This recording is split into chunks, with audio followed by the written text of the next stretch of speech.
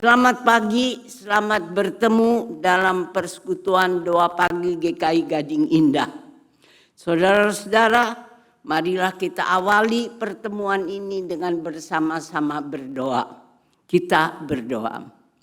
Bapa kami yang di sorga, Allah yang hidup, sumber segala kehidupan. Kami bersyukur bahwa sebagai jemaat Gading Indah, kami boleh berkumpul di dalam rangka persekutuan doa pagi. Kami mohon di dalam persekutuan ini, Engkau berkenan menyapa kami, Engkau berkenan berfirman kepada kami, dan Engkau berkenan memampukan kami untuk mendengar suara-Mu, untuk kami memahami firman-Mu, untuk kami hidup sesuai firman-Mu. Bapa dalam sorga, sertailah semua anggota jemaat dan siapapun yang peduli akan persekutuan doa pagi ini, yang hadir dan mengikuti persekutuan ini. Kuduskan dan berkati kami. Kami berdoa di dalam nama Yesus Tuhan kami. Amin. Saudara-saudara, kita akan merenungkan firman Tuhan pagi ini dalam mendasari doa pagi kita dengan membaca dari surat Petrus, 1 Petrus pasalnya yang kedua, ayatnya yang keempat sampai dengan ke-10. 1 Petrus 2 ayat 4 sampai dengan 10 demikian. Datanglah kepada Dia, batu yang hidup itu, yang memang dibuang oleh manusia, tetapi dipilih dan dihormati di hadirat Allah. Biarlah kamu juga dipergunakan sebagai batu hidup untuk pembangunan suatu rumah rohani, menjadi imamat kudus untuk mempersembahkan persembahan rohani yang karena Yesus Kristus berkenan kepada Allah. Sebab ada tertulis dalam kitab suci, sesungguhnya Aku meletakkan di Sion sebuah batu penjuru yang terpilih dan mahal, dan siapa yang percaya kepadanya tidak akan dipermalukan. Karena itu, bagi kamu yang percaya, ia mahal, tetapi bagi mereka yang tidak percaya, batu yang dibuang oleh tukang-tukang bangunan telah menjadi batu penjuru, juga telah menjadi batu sandungan dan batu besar yang membuat orang jatuh. Mereka tersandung padanya karena mereka tidak taat kepada firman Allah. Mereka juga telah ditentukan untuk itu. Namun, kamulah bangsa yang terpilih, imamat yang rajani, bangsa yang kudus, umat Allah sendiri, supaya kamu memberitakan perbuatan-perbuatan yang besar dari Dia yang telah memanggil kamu keluar dari kegelapan kepada terangnya yang ajaib.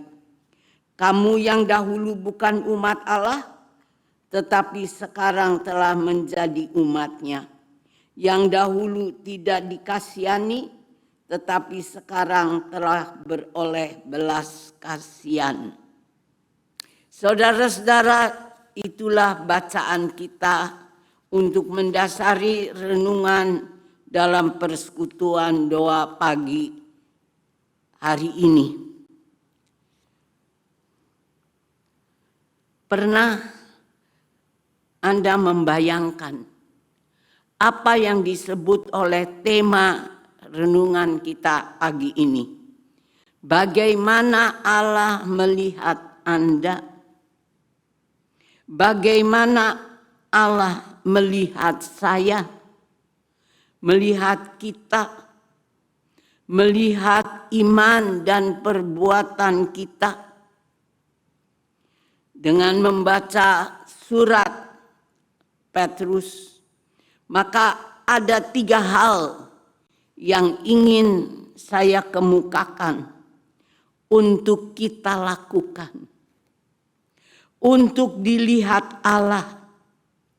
3 hal itu adalah: 1, pahami istilah batu yang hidup dan batu sandungan. Kedua, siapa yang tergolong pada batu yang hidup dan siapa tergolong pada batu sandungan. Ketiga, bagaimana kita bisa tergolong sebagai batu yang hidup. Saudara-saudara, 3 hal yang ingin saya sampaikan kepada kita sekalian. Yang pertama, dalam bacaan di ayat 4 dari surat 1 Petrus 2, Yesus disebut sebagai batu yang hidup. Sosok yang dibuang dan ditolak oleh manusia, tetapi dipilih dan dihormati di hadirat Allah. Lanjutannya di ayat 5, diharapkan supaya kita boleh menjadi seperti Yesus, menjadi batu-batu yang hidup. Istilah yang dipakai untuk menggambarkan batu-batu yang dipakai untuk membangun rumah. Bukan sembarang rumah, melainkan rumah istimewa yang disebut sebagai rumah rohani. Gambaran tentang keadaan yang berguna yang dibutuhkan oleh manusia. Istilah batu yang hidup dipakai untuk menggambarkan persembahan rohani yang diperkenan Allah karena Kristus. Saudara-saudara, jadi jika tema renungan kita mengatakan bagaimana Allah melihat kita, pahami bahwa kita dilihat Allah. Sebagai orang, kita dilihat Allah. 2 istilah dipakai di surat Petrus, yaitu batu yang hidup karena bergabung dengan Yesus, sang batu hidup, dan batu sandungan, batu yang dibuang tukang-tukang bangunan, yang bisa membuat orang tersandung dan jatuh. Jadi sebutan batu hidup dan batu sandungan adalah 2 istilah untuk menyebutkan 2 pemahaman yang berbeda. Batu hidup menyebutkan sesuatu yang baik, yang menjadi berkat. Sedangkan batu sandungan dipakai untuk menyebut keadaan yang tidak baik, yang bisa membawa orang-orang pada hidup yang salah dan berdosa. Itu yang pertama. Yang kedua, saudara-saudara, siapa tergolong pada batu yang hidup dan siapa tergolong pada batu sandungan? Bagaimana keadaan kita di penglihatan Allah? Apakah kita tergolong pada batu-batu yang hidup atau tergolong pada batu-batu yang dibuang tukang-tukang bangunan yang menjadi batu sandungan yang membuat orang bisa tersandung dan terjatuh dalam artian berdosa di hadapan Allah.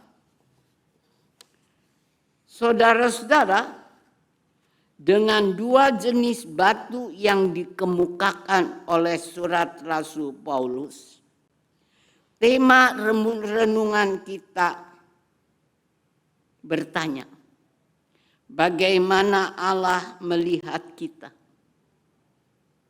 Melihat Anda dan saya sebagai batu yang hidupkah atau batu sandungankah? Menjadi sosok yang bergabung pada Yesuskah dan mendatangkan berkat dan kebaikan bagi sesama, atau yang menjatuhkan sesama dan membuatnya menjadi berdosa?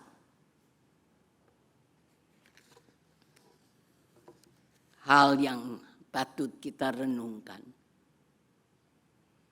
Yang ketiga, saudara-saudara, bagaimana upaya kita supaya bisa tergolong pada batu yang hidup? Jawabnya, percayalah pada Yesus, Sang batu yang hidup. Allah melihat dan mengenal kita.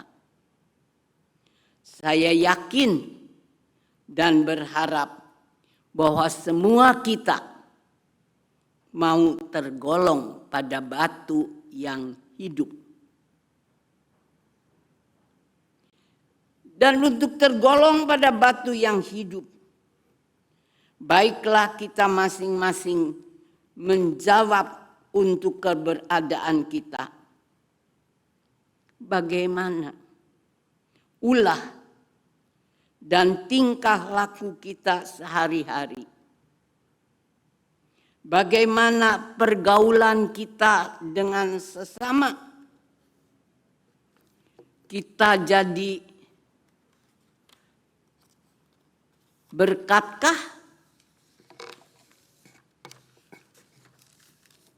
atau kita membuat sesama kita jadi tersesat, membuat sesama kita menjadi bersalah di mata Allah?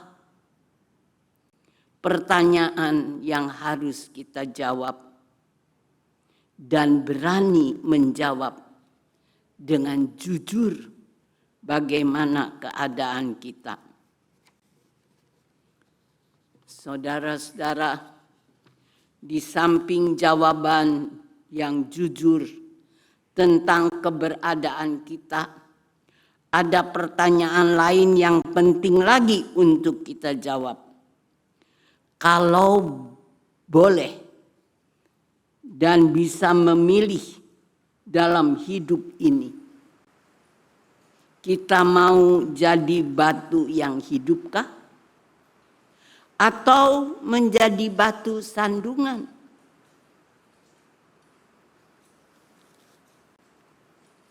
Saya harap dan saya yakin semua kita mau memilih batu yang hidup.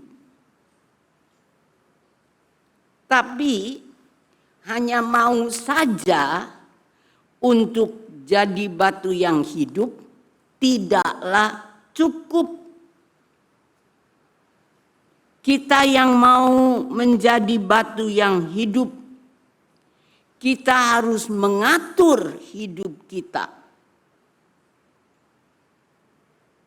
menjadi orang yang beriman, yang berpihak kepada Yesus dalam segala urusan hidup kita, dalam tutur kata dan perbuatan kita. Ikuti firman Allah. Lakukan apa yang dicontohkan oleh Yesus. Saudara-saudaraku, Allah melihat Anda. Allah melihat saya. Kita tak dapat menyembunyikan atau menutup diri kita agar Allah tidak melihat kita. Mungkin di waktu-waktu yang lalu kita kurang taat akan firman Allah. Kurang mengikuti apa yang dilakukan Yesus. Namun sekarang mari kita berubah. Jadilah umatnya. Jadilah orang percaya yang jangan hidup semau kita hingga kita menjadi batu sandungan bagi mereka yang melihat kita. Ucapan, perbuatan, gaya hidup, kebiasaan-kebiasaan kita sering kita lakukan dengan cenderung mau semau kita. Kurang sadar bahwa kita adalah orang-orang beriman yang harus mencontoh gaya hidup Yesus. Kita harus berupaya menjadi orang-orang yang sadar dan dengan sepenuh hati, dengan sengaja kita berusaha mendengarkan firman-Nya. Sadar bahwa kita adalah orang-orang yang dipanggil untuk mengikut Dia.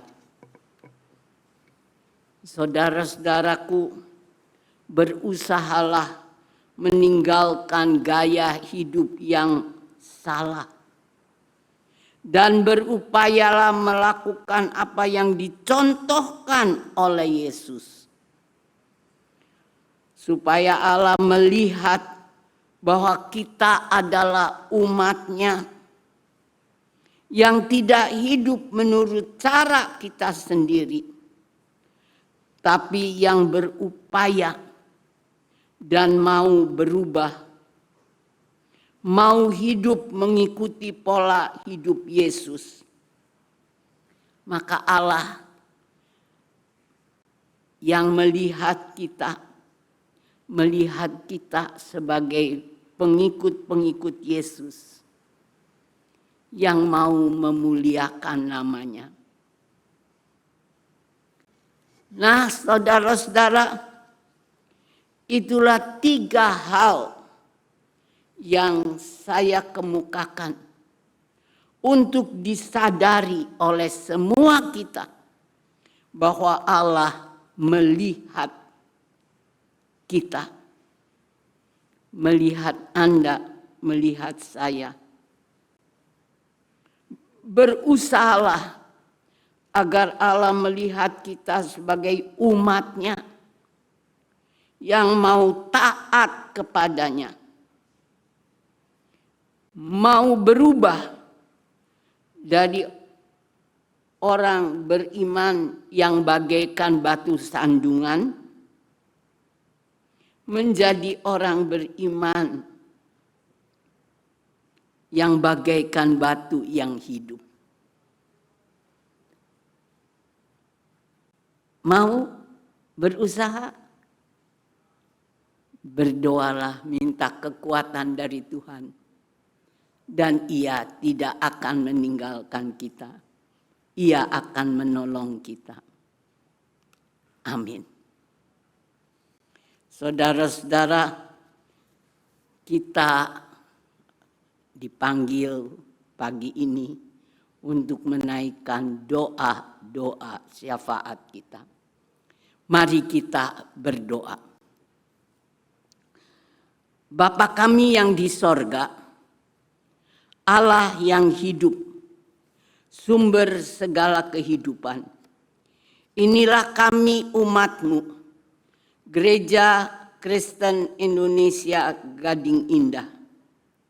Bapa, kuduskanlah hidup kami, supaya kami boleh hidup sebagai batu-batu hidup yang berguna di dalam pembangunan rumah istimewa.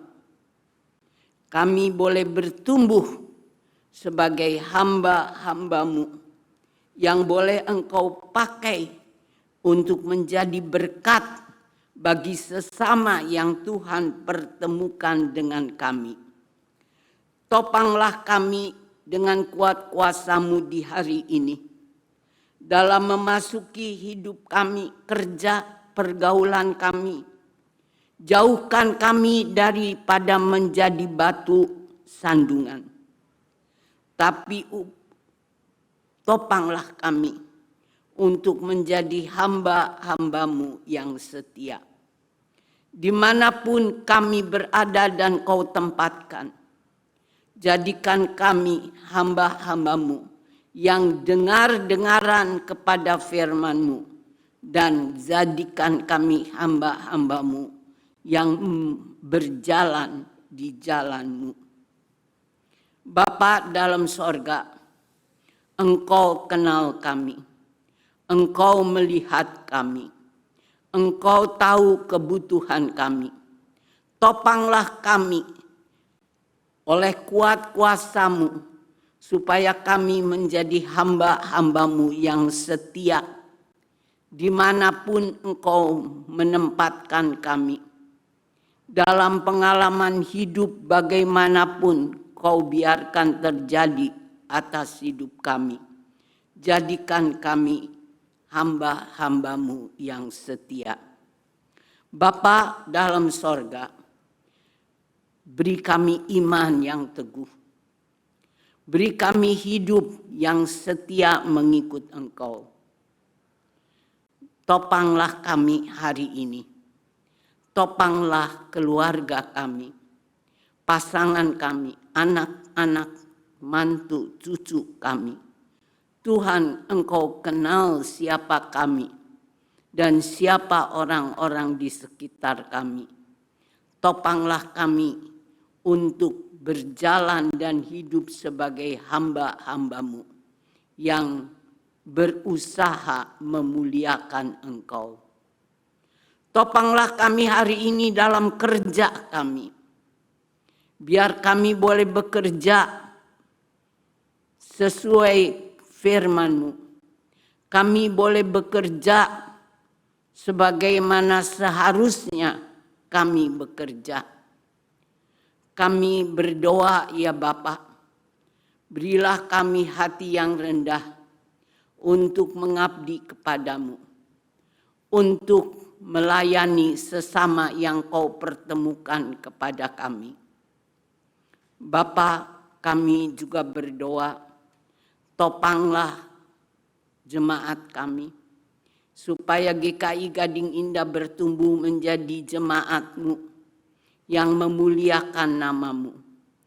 Biarlah GKI Gading Indah bertumbuh menjadi berguna di dalam kerajaan-Mu. Kami berdoa untuk umat-Mu di seluruh muka bumi. Jadikan kami hamba-hamba-Mu yang setia.